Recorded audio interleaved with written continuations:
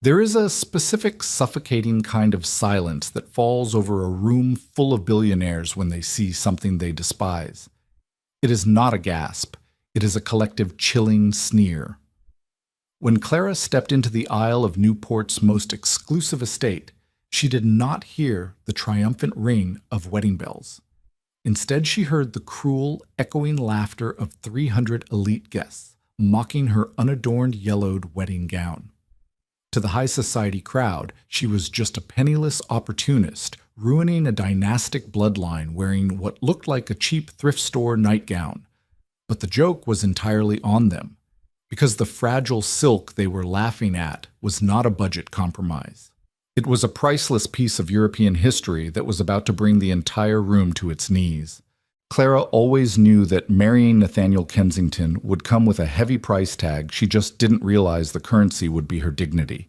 Nate was the heir apparent to Kensington Global, a massive private equity firm rooted in old New England money.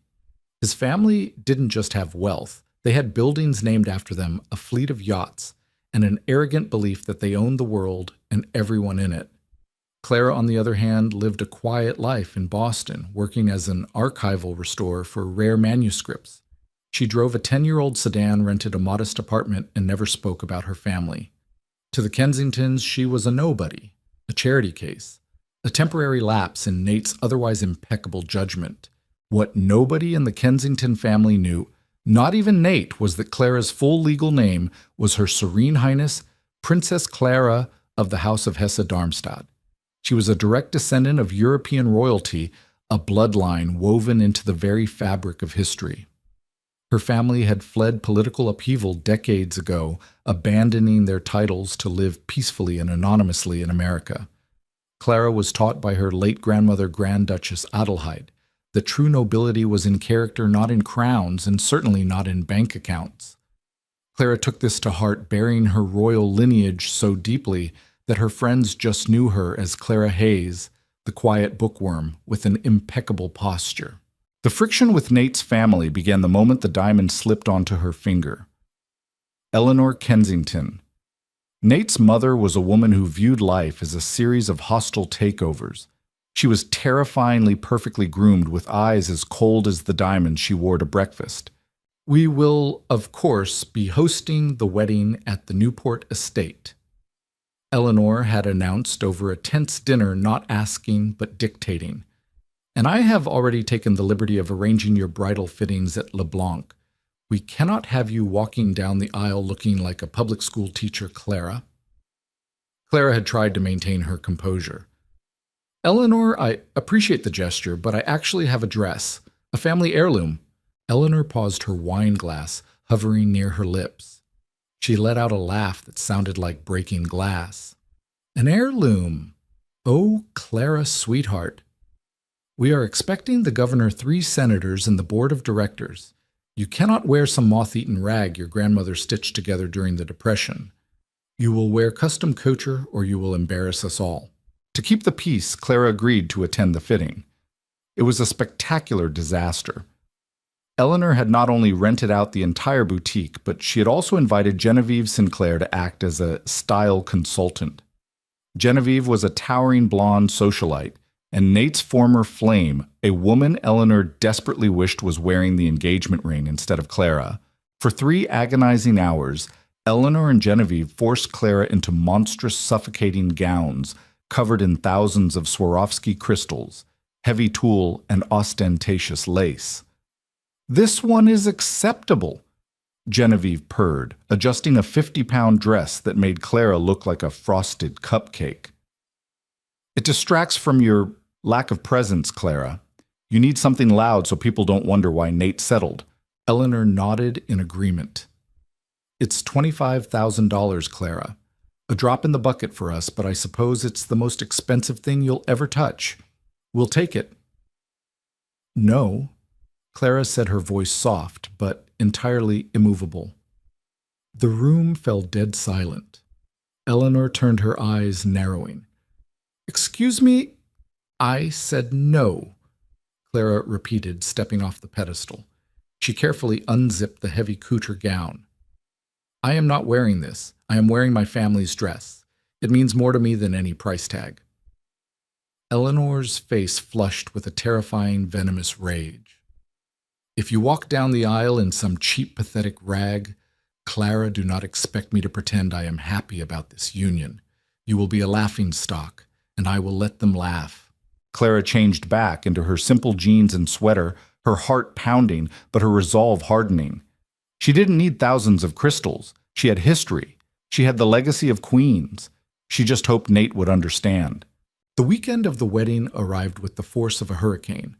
The Newport estate was swarming with florists, caterers, and armed security.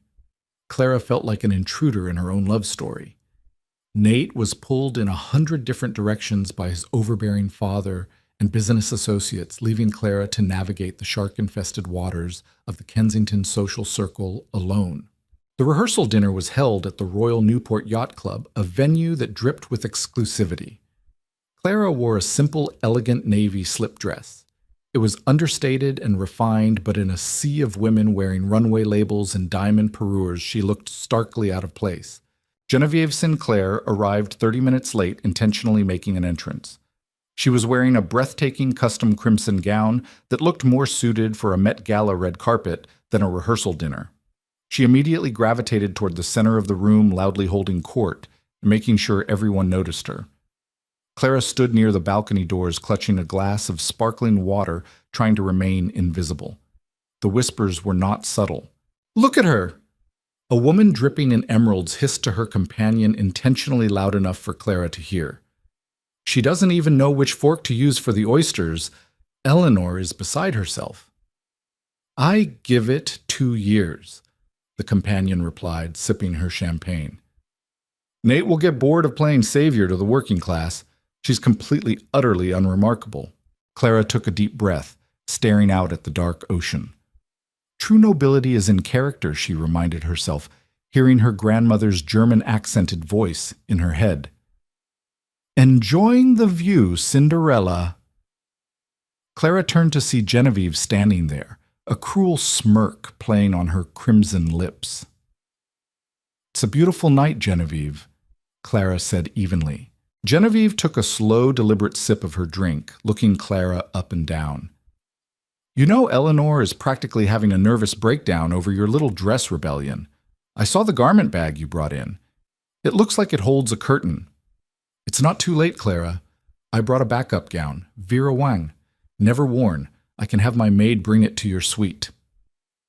"I don't need your charity, Genevieve," Clara replied, her voice remaining perfectly steady. "It's not charity, darling. It's damage control." Genevieve laughed a sharp, ugly sound. "Tomorrow you're going to be standing in front of the most powerful people in the country, and you're going to look like a peasant. Don't say I didn't try to save you." Later that evening, after enduring 2 hours of passive-aggressive toasts, including one from Eleanor, who pointedly welcomed Clara to the family. Despite our vast differences in upbringing, Clara finally escaped to her bridal suite. The room was massive, opulent, and suffocating. Clara walked over to the bed where her modest, weathered canvas garment bag lay flat. She unzipped it with trembling hands. Inside, protected by layers of acid-free archival tissue paper, was the dress. It was over 120 years old. It had been worn by her great-great-grandmother, a reigning sovereign of a European kingdom, for her own wedding in front of emperors and kings. It was woven from pure unbleached mulberry silk, spun by hand in a convent in Bavaria. It was entirely bias cut, designed to flow like water over the skin. To the untrained eye, it was painfully plain.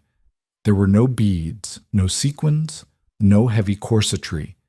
It was simply a sheath of ivory silk that had naturally aged to a faint buttery cream. But if you looked closely, if you truly knew what you were looking at, the mastery was breathtaking. The hem was delicately embroidered with a technique lost to time, depicting the double-headed eagle and the royal crest of the House of Hesse, in threads so fine they were nearly invisible unless caught by the light. And then there was the veil. Carefully folded in a separate cedar box, the veil was a 10-foot cathedral-length masterpiece of antique Brussels lace. It had taken 40 lace makers an entire year to create. Clara gently brushed her fingers over the silk. She wasn't just wearing a dress tomorrow, she was wearing her ancestors' resilience. Let Eleanor scoff. Let Genevieve mock. They were newly rich, obsessed with flaunting price tags because they had no heritage to stand on. Clara had bloodlines that predated the countries these people banked in. She carefully zipped the bag back up, her anxiety dissolving into a quiet, profound calm. Tomorrow the Kensingtons would get exactly what they asked for, a bride revealing her true colors. The morning of the wedding dawned bright and painfully clear. The Ocean Cliff estate was transformed into a botanical wonderland dripping in tens of thousands of white orchids flown in from Colombia. A string quartet played Bach in the garden while a small army of staff rushed around in panicked synchronicity. In the bridal suite, the atmosphere was freezing. Clara's bridesmaids, Nate's two cousins, and Genevieve, forced upon her by Eleanor, were draped in custom silk chiffon dresses. They had their makeup done by a celebrity artist Eleanor had hired, sipping mimosas and completely ignoring Clara. "Are you sure you don't want a touch of bronzer?" "Clara," Genevieve asked, lounging on a velvet sofa, "you look incredibly washed out. It's a very pale look for a very pale dress." "I'm fine, thank you," Clara said, pinning her hair back into a sleek, elegant chignon herself. She hadn't let Eleanor's artist touch her. She wanted to look like herself. When the time came to put on the dress, the room fell silent. Clara slipped the century-old silk over her head. It settled against her skin, perfectly falling to the floor in a puddle of liquid ivory. It clung to her subtly elegant and modest, with long fitted sleeves and a high boat neckline. It was severe in its simplicity. One of Nate's cousins snorted. She actually snorted, trying to cover it with a cough. "Wow, it's very vintage." "It looks like a nightgown," Genevieve whispered loudly to the cousin. "A Depression-era nightgown." Clara ignored them. She reached into the cedar box and carefully lifted the Brussels lace veil. She secured the heavy antique silver comb into her hair, letting the intricate lace cascade down her back, trailing miles behind her on the floor. The veil was a stark contrast to the plain dress, heavy with history and dizzying detail. A knock on the door signaled it was time. Clara walked out of the suite, her posture impossibly straight. The hallway was empty save for the wedding coordinator, who gave Clara a deeply sympathetic, almost pitying look. "Ready, Miss Hayes?" "I am," Clara said. She stood at the massive mahogany doors leading out to the grand lawn. Through the wood, she could hear the swell of the orchestra playing an opulent sweeping march. She knew Nate was waiting at the end of the aisle. She took a deep breath, anchoring herself in the weight of the silk and the legacy of the women who had worn it before her. The heavy doors swung open. The sunlight hit Clara, first blinding and bright. Then the faces of the 300 guests came into view. They were seated on golden chairs, a sea of pastel fascinators, diamond necklaces, and bespoke suits. As Clara took her first step onto the white carpet, the expected hush of awe did not happen. Instead, a wave of visible confusion swept through the front rows, quickly followed by a rippling, undeniable murmur. It wasn't a whisper of admiration. It was a murmur of scandalized horror. "What is she wearing?" Clara heard a woman in the third row gasp, not bothering to lower her voice. "Good God, Eleanor must be mortified," an older gentleman muttered, shaking his head. "It's literally a slip. Is she trying to insult them?" The cruelty was palpable. It hung in the air, thick and suffocating. Clara kept her eyes locked forward, refusing to look at the guests. She saw Eleanor sitting in the front row, her face frozen in a mask of absolute unadulterated fury. Eleanor's knuckles were white as she gripped her evening bag, her eyes blazing with humiliation. She looked at Clara as if she were a piece of trash that had blown in from the street. Behind Eleanor, Genevieve was openly smiling, whispering behind her hand to the woman next to her. Every step Clara took felt like walking through fire. The mocking stares, the disdainful sneers, the blatant disrespect, it was a gauntlet of upper-class cruelty. They saw a lack of crystals, a lack of heavy toll, a lack of a recognizable designer logo, and they deemed her worthless. But then Clara looked at Nate. He was standing at the altar, looking devastatingly handsome in his tailored tuxedo. As she walked toward him, the murmurs and the mocking laughter of his family and friends seemed to wash over him, but he didn't care.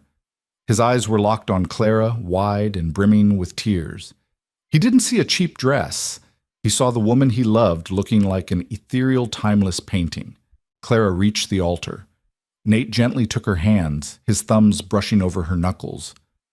"You look incredible," he whispered, his voice thick with emotion, entirely oblivious to the venomous atmosphere his mother had cultivated behind him.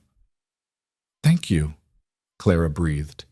The officiant cleared his throat, adjusting his glasses nervously, as the whispers finally began to die down to a simmer. "Dearly beloved," he began, "we are gathered here today." Clara stood tall. The ceremony was beautiful, the vows were genuine, but the tension in the audience was a coiled spring. The elite of Newport were convinced they had just witnessed the ultimate social suicide. They were already drafting the text they would send the moment the reception began, eager to rip the poverty bride to shreds. They had no idea that the real event of the evening hadn't even started yet. They had no idea who they were actually dealing with. The reception was held in the estate's legendary Gilded Age ballroom, a space originally designed to mimic the Palace of Versailles. Above them, massive baccarat crystal chandeliers cast a warm, fractured light over tables draped in heavy silk brocade. The floral centerpieces were towering 6-foot-tall cascades of white phalaenopsis, orchids, peonies, and imported hydrangeas. Waiters in immaculate white tailcoats moved seamlessly through the crowd, carrying silver trays laden with beluga caviar blinis, truffled quail eggs, and endless flutes of vintage Dom Perignon. It was a display of wealth so astronomical it bordered on the grotesque, specifically engineered by Eleanor Kensington to remind every single person in the room of their exact place in the social hierarchy. And at the very bottom of that hierarchy, in the eyes of the Newport elite, was the bride. The cocktail hour was an exercise in pure endurance for Clara.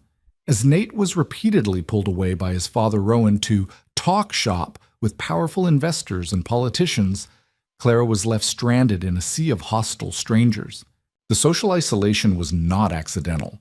It was a highly choreographed shunning.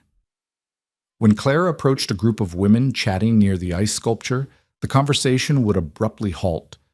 They would offer tight frozen smiles, look pointedly at her unembellished century-old silk dress, and find immediate excuses to walk away. I heard Eleanor offer to buy her a custom Oscar de la Renta, and she actually refused. A woman in a heavily beaded Chanel suit whispered to her husband standing mere feet behind Clara.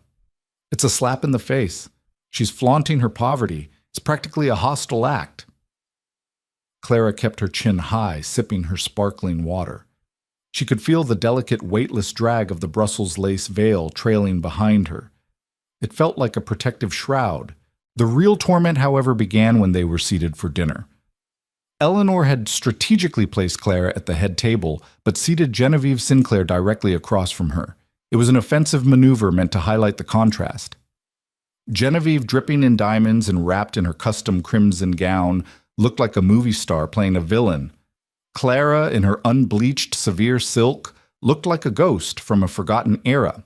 Halfway through the second course of butter-poached lobster, Eleanor leaned over the table, her voice dropping to a harsh private register meant only for Clara's ears. "You look like a chambermaid." Eleanor hissed, her smile never faltering for the photographers circling the room. "I spent $4 million on this wedding, Clara. $4 million to ensure my son had the event of the decade. And you have single-handedly turned it into a circus. People are asking me if we cut your budget so drastically that you had to resort to shopping at a flea market. Do you have any idea how humiliating this is for me?" "Eleanor." Clara replied, her voice soft but completely steady, cutting through the older woman's venom. I am sorry you feel embarrassed, but this dress means more to me than any modern couture.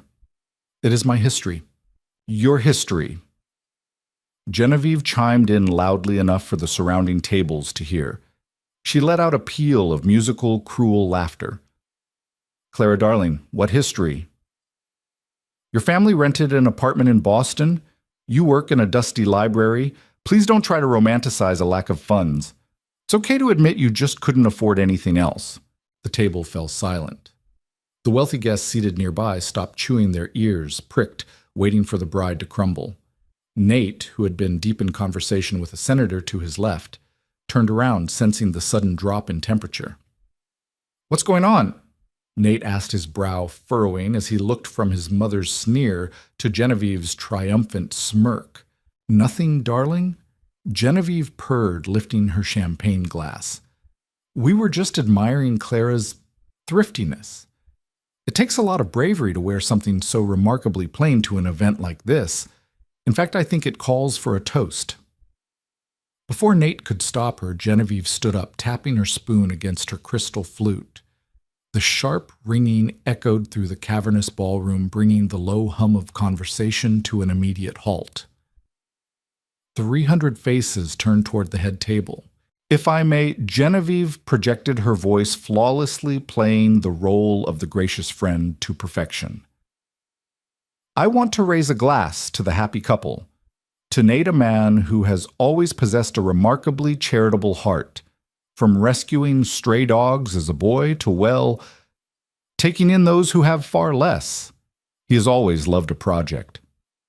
A few muffled snickers erupted from the younger hedge fund crowd in the back. Nate's jaw tightened dangerously, his hands gripping the edge of the table. And to Clara, Genevieve continued, her eyes locking onto the bride with predatory glee.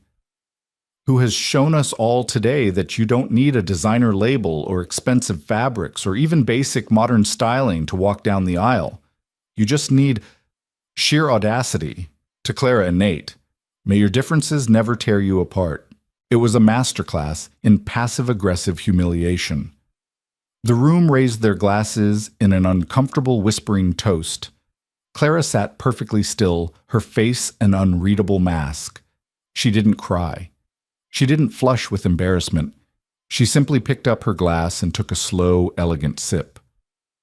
Let them laugh, she thought. Let them dig their graves as deep as they possibly could. The dinner service eventually transitioned into the dancing portion of the evening. The 12-piece orchestra struck up a lively waltz, and the guests flooded the marble dance floor. Clara stood near the balcony doors, desperately needing a breath of fresh, salt-tinged air from the Atlantic. Eleanor and Genevieve, sensing blood in the water, approached her once again. Clara. Eleanor said, her voice dripping with fake concern as she flanked the bride. The photographer wants to do the solo bridal portraits in 10 minutes. I have my assistant waiting upstairs with the Vera Wang dress Genevieve so graciously offered. It will only take 5 minutes to change. If you do this, I will pretend this horrifying ceremony never happened. I am not changing, Eleanor, Clara said firmly. My dress is staying on. Oh, for heaven's sake, Clara, look at it. Genevieve snapped, dropping the polite act entirely. She reached out and grabbed the delicate sleeve of Clara's dress. It's practically yellowed. It looks like it's going to disintegrate. It's embarrassing to look at. Do not touch that fabric. A deep, sharply accented voice echoed behind them. The three women turned. Standing there was a tall, silver-haired man in his late 60s. He wore an impeccably tailored, bespoke midnight blue tuxedo that made the rest of the men in the room look like they were wearing rented suits. He possessed an aura of such absolute, undeniable authority that even Eleanor instinctively took a step back. This was Dr. Henrik von Fersen. He was not a Newport local. He was a wealthy European aristocrat, a senior board member of the Louvre, the chief consultant for the MET Costume Institute, and one of the most foremost historical appraisers in the world. He was attending the wedding solely because Rowan Kensington's firm was aggressively trying to secure a billion-dollar merger with von Fersen's European banking syndicate. He was the most important guest in the room, and Rowan had spent the entire evening kissing his feet. Dr. Von Fersen completely ignored Eleanor and Genevieve. His piercing blue eyes were locked entirely on Clara. More specifically, they were locked on her dress. His face, usually a mask of stoic boredom at these American society events, was pale and utterly transfixed. "May I?" Dr. Von Fersen asked, his voice barely a whisper, trembling with an emotion that looked entirely like reverence. Clara, recognizing the profound respect in his eyes, nodded gently. "You may." The historian stepped forward. He didn't touch the silk with his bare hands. He reached into his breast pocket and produced a pair of thin white cotton inspection gloves, the kind archivists use for priceless artifacts. He slipped them on, and gingerly, as if handling spun glass, lifted the edge of Clara's long lace veil. Eleanor let out a bewildered scoff. "Dr. Von Fersen, please don't trouble yourself with that old rag. My daughter-in-law was just about to go upstairs and change into something more appropriate." "Silence!" Dr. Von Fersen snapped, not even looking at Eleanor. The word cracked like a whip. Eleanor's mouth snapped shut in utter shock. No one spoke to Eleanor Kensington like that. Dr. Von Fersen pulled a small jeweler's loop from his pocket, holding it to his eye as he examined the microscopic weave of the Brussels lace. He traced the invisible threadwork along the hem of the silk, his breathing growing shallow. He examined the high neckline, the bias cut, and the faint, almost ghostly embroidery of the double-headed eagle. When he finally lowered the loop, there were actual tears welling in the old man's eyes. "Gott im Himmel!" He breathed, taking a staggering step back. He looked at Clara, his expression a mixture of awe and bewilderment. It cannot be, but it is. The tension of the thread, the Bavarian convent seal woven into the inner seam. This is Point de Gaze lace from 1894. This is not just a dress. "Of course it's just a dress!"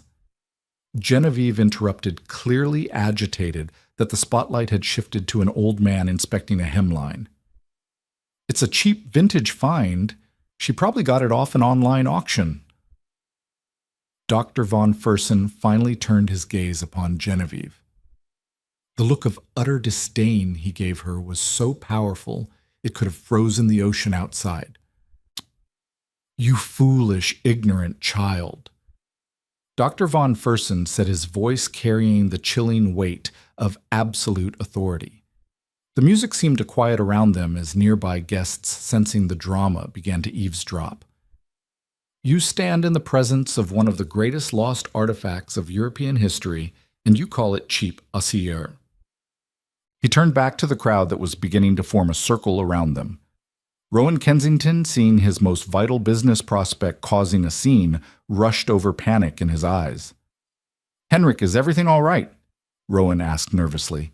"Has Clara offended you?" "Offended me." Dr. Von Fersen laughed a booming, disbelieving sound. "Rowan, you and your wife have been parading around this evening acting as though this young woman is beneath you. You flaunt your crystals and your leased yachts. But do you have any idea what your daughter-in-law is wearing?" Eleanor crossed her arms, defensive and angry. "It is an old dress from her grandmother, a nobody. You a nobody." Dr. Von Fersen repeated the words, tasting like poison in his mouth. He pointed a white-gloved finger at the gown. This dress was woven in 1894 for the royal wedding of Princess Irene of Hesse, and by Rhine, the sister of Tsarina Alexandra of Russia. It was thought to have been destroyed in a fire during the uprisings in the 1920s. It is a masterpiece of textile history. If this gown were to be placed on the auction block at Sotheby's tomorrow, it would open at no less than $12 million. But it would never be auctioned because it belongs in a museum behind bulletproof glass. A collective gasp echoed through the ballroom. The clinking of glasses stopped. The orchestra faltered to a halt. The silence that descended was absolute, deafening, and suffocating. Genevieve's face drained of all color, her jaw slackening. 12 million, she stammered, looking at the simple ivory silk as if it had suddenly turned into solid gold. Eleanor looked like she had been physically struck. That's impossible. You're mistaken, Dr. von Fersen. She's Clara Hayes. She works in a library. She's lying to you. It's a replica. I do not make mistakes regarding European antiquities, Mrs. Kensington. Dr. von Fersen said coldly, and one cannot replicate a 200-year-old Bavarian royal crest woven with extinct silk worms. He slowly turned back to Clara. The puzzle pieces in his mind were shifting, aligning with terrifying precision. He looked at her facial structure, the high, aristocratic cheekbones, the sharp, piercing gray eyes, the straight, regal nose. The dress was a never destroyed, Dr. von Fersen whispered, staring at Clara as if seeing a ghost. It was smuggled out by the direct line when the Grand Duchess Adelheid fled to America in the dead of night. Clara held his gaze. She didn't flinch. She gave him a microscopic, almost imperceptible nod. Dr. von Fersen's breath hitched. The realization hit him with the force of a freight train. The ballroom was paralyzed. 300 of America's wealthiest elites watched in stunned silence as the foremost expert in European history stood trembling before the bride they had spent the entire weekend mercilessly mocking. You... Dr. von Fersen's voice broke. He took a deliberate step back, giving Clara a wide berth, and then to the absolute horror and confusion of everyone in the room, he bowed. It was not a polite nod.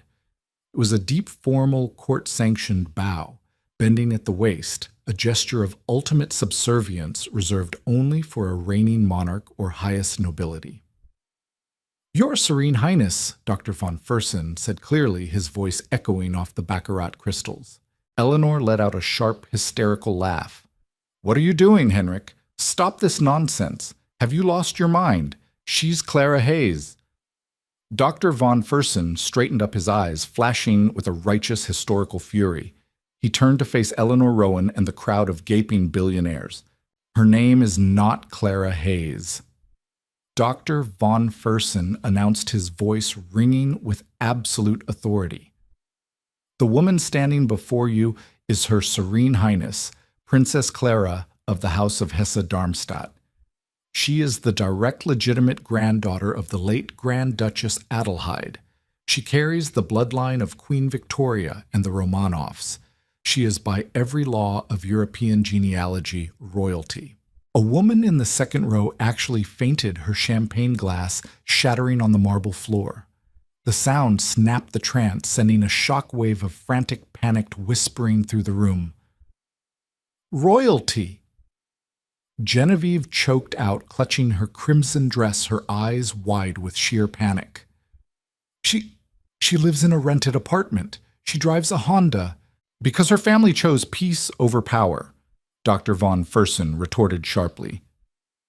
They abandoned their titles to escape assassination and war. They integrated into your country to live quietly. But blood does not dilute, Miss Sinclair. And true nobility does not need to scream for attention by wearing a $25,000 crystal costume. Eleanor Kensington was physically shaking. The woman who had spent her entire life climbing the social ladder, stepping on anyone she deemed beneath her, had just realized she had spent the last year bullying a literal princess.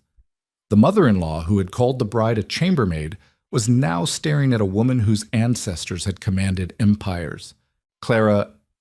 Nate stepped forward, pushing past his frozen parents. He looked at his wife, his eyes searching her face. He wasn't angry. He was astonished. Is it true? Clara finally spoke. Her voice was calm, melodic, and carried the quiet power of generations of rulers. My grandmother taught me that titles are just ghosts, Nate, Clara said gently, reaching out to take his hands. She taught me that a person's worth is measured by their kindness, their intellect, and their character, not their bank account, not their bloodline. I hid my name because I wanted to be loved for who I am, not what I am. And you did love me, Nate. You loved Clara Hayes. Nate squeezed her hands tightly, a massive, proud smile breaking across his face. I love you, Clara, whoever you are. Clara then turned her gaze to Eleanor. The older woman shrank back under the sheer weight of Clara's stare. There was no anger in Clara's eyes, which somehow made it worse. There was only a cold, profound pity. Eleanor. Clara said, her voice echoing perfectly in the silent room. You spent this entire weekend, this entire year trying to make me feel small. You judged me for my simple clothes, my modest job, and my lack of trust funds. You invited Genevieve here to humiliate me. You allowed your friends to mock my grandmother's legacy. You thought you held all the power because you have money. Eleanor opened her mouth to speak, to apologize, to backtrack, but no words came out. She was entirely stripped of her armor. Wealth can be acquired, Eleanor. Clara continued, stepping closer. The $12 million silk pooled flawlessly around her feet.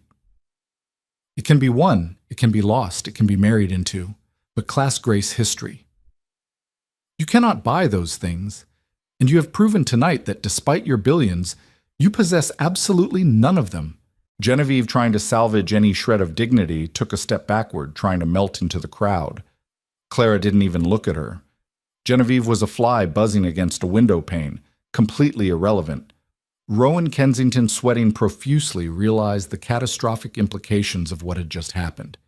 He had not only deeply insulted his new daughter-in-law, but he had likely just lost the billion-dollar merger with von Fersen's syndicate, who was looking at him with absolute disgust. Your Highness, Rowan stammered, stepping forward, his hands raised in a placating gesture. Clara, please, we had no idea. If you had just told us, if I had told you, Clara interrupted smoothly, you would have paraded me around like a show pony. You would have used my family's name to boost your firm's prestige. You would have treated me with a fake obsequious respect, just as you are doing right now. I wanted a family Rowan, not a boardroom, and unfortunately you have shown me exactly who you are when you think no one of importance is watching. Dr. von Fersen stepped to Clara's side, offering his arm with impeccable grace. If your Highness wishes, I have a private car waiting outside. The atmosphere here has become exceedingly vulgar. Clara looked at Nate. Are you coming with me, or are you staying with them? Nate didn't hesitate for a fraction of a second. He turned his back on his mother, his father, and the 300 gaping, terrified billionaires. He walked over to Clara, gently placing his hand on the small of her back. I'm with you, Nate said firmly. Always. Together the three of them turned and began to walk toward the exit of the grand ballroom. The crowd parted for them like the Red Sea. No one dared to speak. The only sound in the massive, opulent room was the soft, rhythmic rustling of the priceless 1894 Bavarian silk, dragging across the marble floor, leaving the ruined, humiliated Newport elite in its wake. The interior of Dr. Henrik von Fersen's chauffeured Maybach was a sanctuary of absolute silence, a stark and jarring contrast to the chaotic, hyperventilating ballroom they had just abandoned. The heavy, soundproof doors sealed with a definitive click, cutting off the frantic shouts of Rowan Kensington, who had chased them all the way to the gravel driveway, his tuxedo jacket flapping wildly in the coastal wind. Clara sank into the plush leather seating, the adrenaline that had sustained her through the confrontation finally beginning to ebb. She felt a sudden crushing weight of exhaustion. The $12 million silk of the 1894 gown settled around her like a protective shield, the faint scent of ancient cedar and dried roses filling the confined space of the luxury vehicle. For a long moment no one spoke. The driver smoothly navigated the winding oceanside roads of Newport, leaving the glowing monolithic Ocean Cliff estate behind them in the rear-view mirror. Nate sat beside Clara, his hands clasped tightly in his lap, staring out the window into the pitch-black Atlantic night. He looked entirely shell-shocked. His entire world, the foundation of his family's empire, and his understanding of the woman he loved, had just been violently upended in the span of 20 minutes. Clara reached out her fingers, gently touching his arm. Nate, I am so sorry. He turned to look at her, his eyes tracing the severe aristocratic lines of her face, seeing her truly for the first time.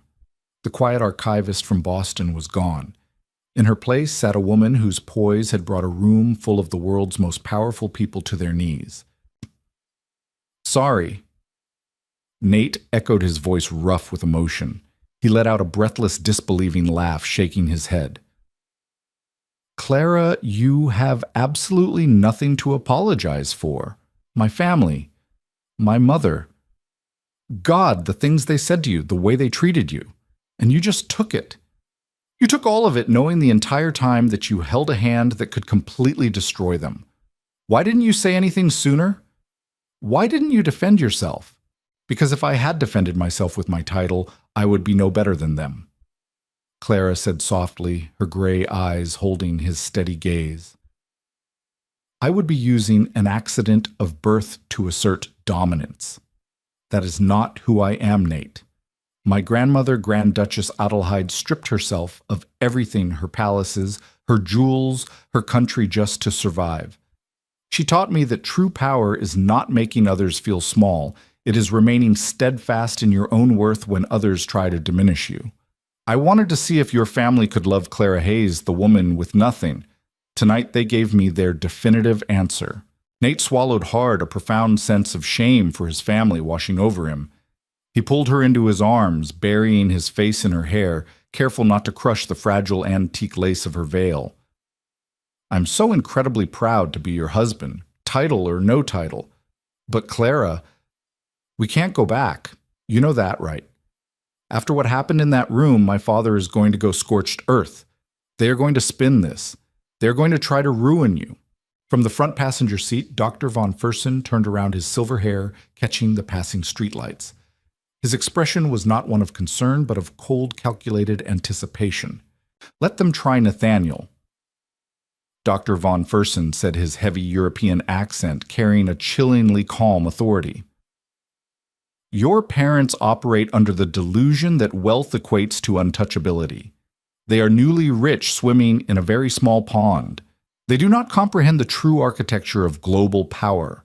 By tomorrow morning, Rowan Kensington will realize he has not just insulted a bride. He has insulted a bloodline that is deeply intrinsically connected to the oldest financial institutions and sovereign wealth funds in the world." Back at the Ocean Cliff estate, the Gilded Age ballroom had devolved into a scene of absolute unmitigated pandemonium.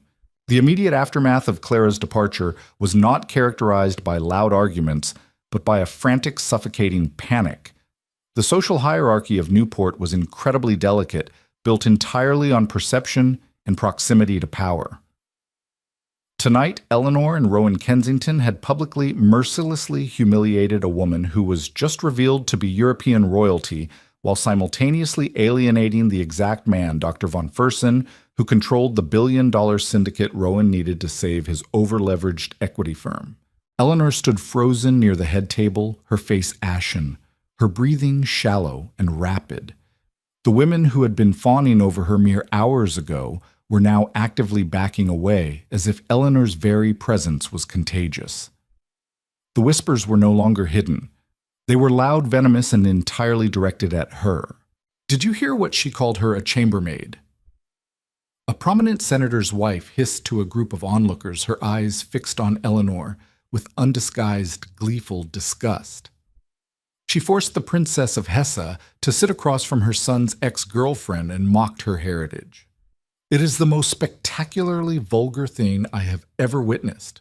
"Rowan is finished," a hedge fund manager muttered, already furiously typing on his phone to instruct his brokers for the Monday morning market opening. "If von Fersen pulls the syndicate deal, which he absolutely will, Kensington Global is going to default on their leveraged buyouts. The firm is a house of cards. I need to liquidate my positions immediately." Genevieve Sinclair, realizing that the tide had violently turned, attempted to perform a desperate act of social triage. She spotted a group of influential socialites whispering near the ice sculpture and hurried over, plastering on a fake sympathetic smile. "It's just awful, isn't it?" Genevieve tried to interject, her voice trembling slightly. How were we supposed to know she was so deceitful, hiding her true identity like that? It's practically entrapment. The group of women turned to stare at Genevieve. The silence was absolute and freezing. The lead socialite, a woman whose family had funded the original construction of the Newport mansions, looked Genevieve up and down with an expression of pure unadulterated contempt. "Genevieve," the woman said, her voice dripping with ice, "you stood on a chair and publicly toasted to a royal bride's thriftiness because you were jealous that she secured a ring and you did not. You are a crass, cruel, and deeply embarrassing woman. Do not ever speak to me again." The women turned their backs simultaneously, forming an impenetrable wall of silk and diamonds. Genevieve's face crumpled.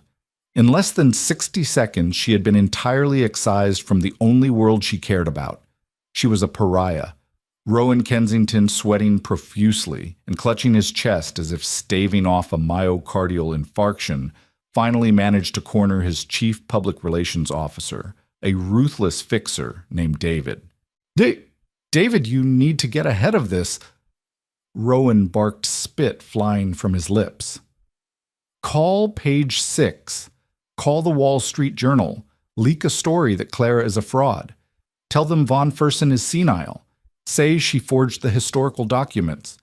Do whatever it takes, but kill this story before the markets open on Monday."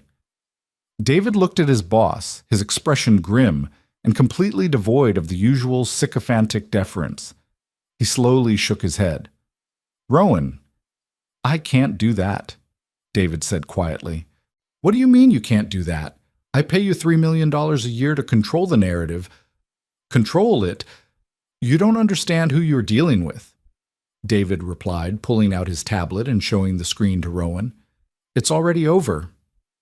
Rowan stared at the glowing screen. It was a live feed of Dr. von Fersen's private institutional Twitter account, an account followed by every major financial journalist, central banker, and sovereign wealth manager on the planet. The tweet was simple, elegant, and entirely lethal.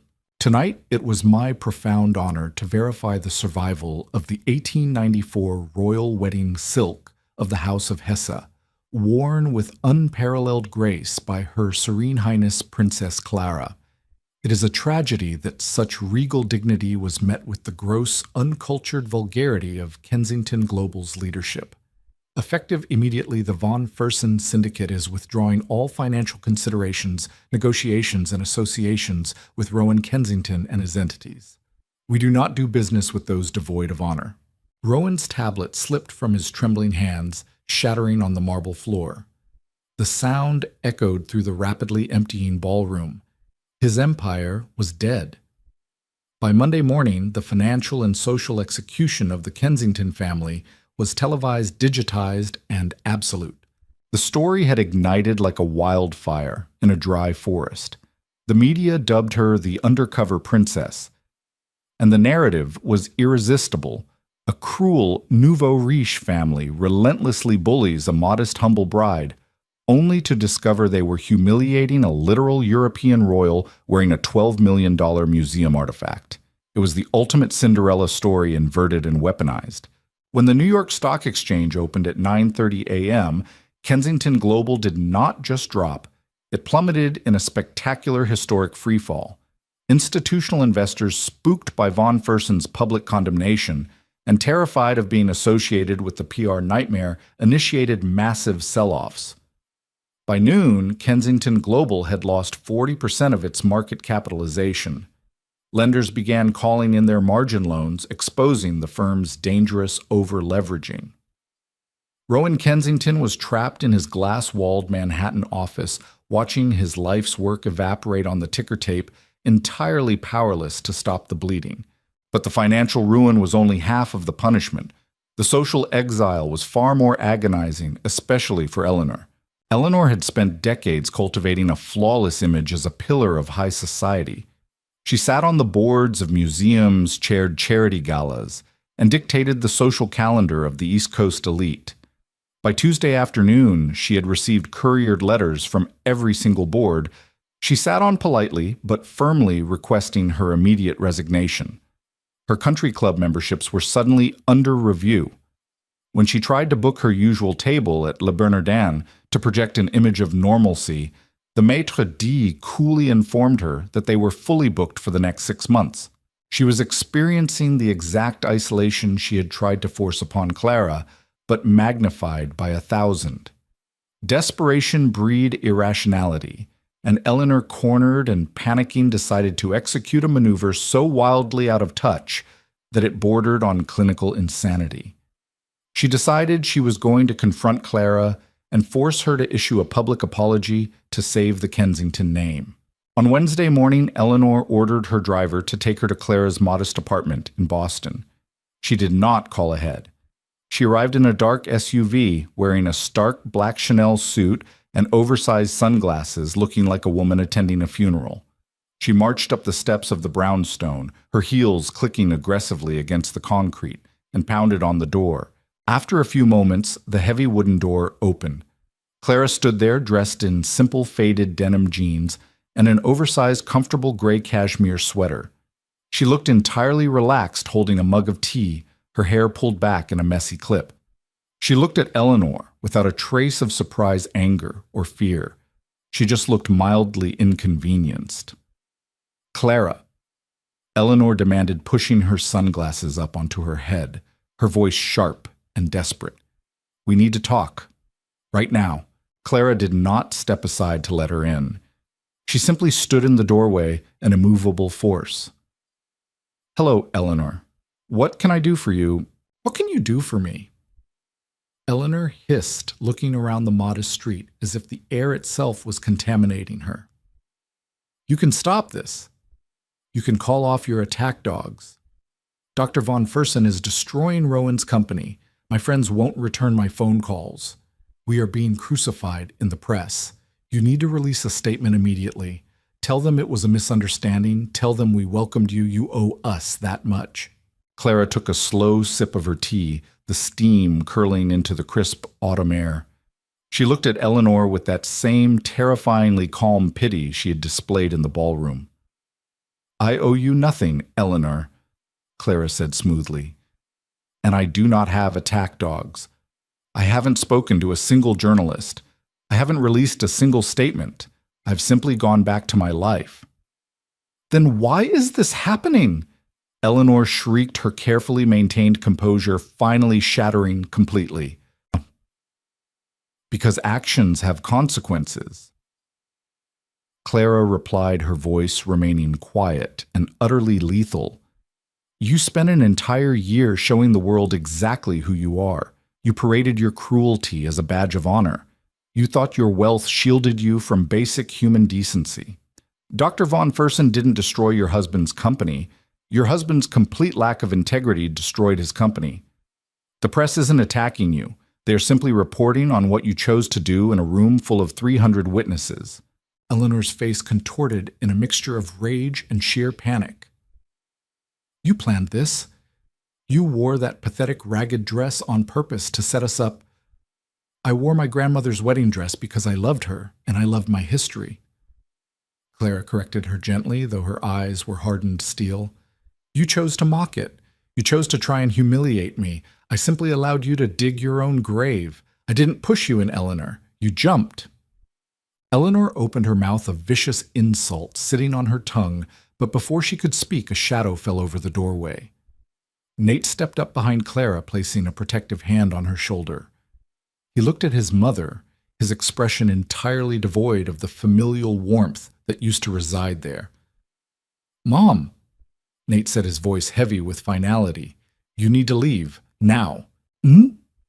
"Nate, please." Eleanor pleaded, shifting tactics, trying to summon tears. "Your father is losing everything. They are talking about federal audits. You have to come back to the firm. You have to talk some sense into your wife. She is not my wife right now. She is a woman you relentlessly abused." Nate replied coldly. "And I am not coming back to the firm. I submitted my formal resignation to the board this morning. I will not be associated with a company or a family that operates with such profound moral bankruptcy." Eleanor staggered back as if physically struck. "You're abandoning us for her—" "No," Nate said quietly. "I'm abandoning you for myself, because I finally see what you turned me into, and I refuse to be that man anymore. Do not come here again, Mom. If you do, I will have you trespassed." Nate gently pulled Clara back inside and shut the heavy wooden door, the deadbolt clicking into place with a sound of absolute finality. Eleanor stood alone on the concrete stoop of a Boston brownstone, surrounded by the deafening silence of her ruined empire. She had no leverage. She had no power. She had millions of dollars in her bank account, but in the grand sweeping theater of the world, she was entirely, utterly bankrupt. As she stumbled back to her waiting SUV, she checked her phone, a desperate habit she couldn't break. The top trending article on her news feed was about Genevieve Sinclair. Genevieve's boutique public relations firm had just been dropped by its three largest clients, all citing a desire to distance themselves from her toxic social behavior displayed at the Kensington wedding. The article featured a highly unflattering paparazzi photo of Genevieve crying outside a coffee shop. Eleanor locked her phone and stared out the tinted window as the car pulled away. They had tried to break a princess for sport, and the princess had broken them simply by letting them speak. 6 months later, the chilling winds of the Newport coast had given way to the soft, blooming warmth of late spring, but the landscape of the elite had been irrevocably altered. The Kensington global implosion had become a textbook case study in corporate hubris. Facing federal audits regarding their leveraging practices and abandoned by every major institutional investor, Rowan Kensington was forced into an aggressive restructuring. To satisfy their creditors and avoid criminal negligence charges, the Kensingtons had to liquidate their most prized personal assets. The crown jewel of their liquidation was the Ocean Cliff estate, the very venue where they had sealed their doom. In a twist of poetic justice so profound it felt scripted, the estate was quietly purchased by a European historical trust at a heavily discounted fire sale price. The trust, funded by a coalition of European nobility and directed by Dr. Henrik von Fersen, immediately began transforming the sprawling mansion into a public museum dedicated to the preservation of immigrant history and displaced European artifacts. The Kensingtons were forced to move into a generic upscale condominium in Connecticut, functionally exiled from the society they had once ruthlessly governed. Eleanor, unable to bear the whispers and the pitying stares, practically became a recluse, spending her days obsessively scrolling through society blogs that no longer mentioned her name. Clara and Nate, conversely, had never sought the spotlight, but they utilized the massive, unavoidable platform they had been handed with surgical precision. Clara did not suddenly start wearing tiaras or demanding to be called Your Highness in daily life. She remained the quiet, fiercely intelligent archivist she had always been. However, she recognized the power her true name now held, and she used it as a master key to unlock doors that had previously been welded shut. With the intense global interest in her story, Clara established the Adelheid Foundation, named after her grandmother. The foundation was dedicated to funding the restoration of lost cultural artifacts and providing massive grants to underfunded public libraries and historical archives across the United States. Nate, utilizing his extensive financial background, but stripped of his family's toxic corporate culture, took over as the chief financial officer of the foundation, managing its rapidly expanding endowment. Their true triumph, however, occurred on a rainy Tuesday evening in early May at the Metropolitan Museum of Art in New York City. The Met Costume Institute was unveiling its highly anticipated spring exhibition, Threads of Sovereignty, the Lost Textiles of European Royalty. The event was heavily guarded, exclusive, and breathtakingly elegant. The guest list included actual reigning monarchs, prominent historians, and the most respected names in global philanthropy. Notably absent were anyone resembling the Kensingtons or Genevieve Sinclair. Clara and Nate walked through the echoing marble halls, their hands intertwined. Clara wore a sleek, modern emerald green gown, elegant, understated, and entirely devoid of the ostentatious crystals Eleanor had once tried to force upon her. Nate looked at her with a quiet, boundless adoration that had only deepened in the aftermath of the storm. Dr. von Fersen met them at the entrance to the main gallery, his face lighting up with genuine warmth. He bowed slightly, a gesture of respect that Clara had finally stopped trying to wave away. "Your Highness," Dr. von Fersen smiled, his blue eyes crinkling. "Nathaniel, the exhibit is ready. I wanted you to be the first to see the centerpiece." He led them through the dimly lit, climate-controlled labyrinth of the museum. The air was cool and smelled faintly of ozone and old paper. They turned a corner and entered the grand rotunda. In the absolute center of the room, elevated on a velvet-draped pedestal and encased in a massive cylinder of state-of-the-art ultraviolet-filtered bulletproof glass, was the dress. It was beautifully mounted on a custom mannequin expertly lit from below to highlight the microscopic, agonizingly perfect weave of the 1894 unbleached mulberry silk. The 10-foot Brussels lace veil was meticulously spread out behind it, cascading like a frozen waterfall of history. The faint embroidery of the double-headed eagle of the House of Hesse-Darmstadt seemed to glow under the strategic lighting. It did not look like a thrift store find. It did not look like a chambermaid slip. It looked exactly like what it was, a priceless immortal artifact of human artistry and royal resilience. A small brass plaque at the base of the display read, "The Hesse-Darmstadt Royal Wedding Gown, 1894, woven by the Sisters of the Bavarian Convent, worn by Princess Irene of Hesse and by Rhine, preserved through exile by Grand Duchess Adelheid, generously on permanent loan from Her Serene Highness Princess Clara." Clara stepped up to the glass, her reflection ghosting over the ivory silk. She placed her hand against the cool surface, feeling the weight of the generations of women who had worn it, who had suffered in it, and who had survived because of the strength woven into their very DNA. "It looks exactly where it belongs," Nate whispered, standing right behind her, his chest a warm, solid presence against her back. "Yes," Clara agreed softly, a profound sense of peace settling over her spirit. "It finally does." She turned away from the dress, leaning into her husband's embrace. She didn't need the silk anymore to prove her worth.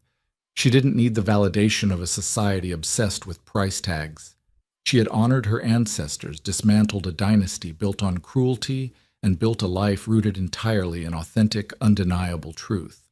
The Kensingtons had looked at Clara and seen a nobody, a blank canvas upon which they could project their arrogance and their power. But they had failed to realize a fundamental truth of history: you do not paint over a masterpiece. If you try, the paint will eventually peel, the illusion will inevitably crack, and the masterpiece will remain eternal and magnificent, waiting to be revealed to a world finally ready to understand its true value. The absolute devastation of the Kensington Empire is a masterclass in why you should never ever judge a book by its cover or a bride by her vintage dress. Clara's ability to remain composed while letting her arrogant in-laws completely destroy their own reputations is nothing short of legendary. From the epic financial fallout to the poetic justice of their estate becoming a museum, this story proves that true class always outshines superficial wealth. What did you think of Clara's ultimate revenge? Was Eleanor's punishment justified? Let me know your thoughts in the comments down below. If you love this story of royal retribution and instant karma, please smash that like button, share this video with your friends who love a brilliant plot twist, and subscribe to the channel for more incredible real-life drama stories. See you in the next one.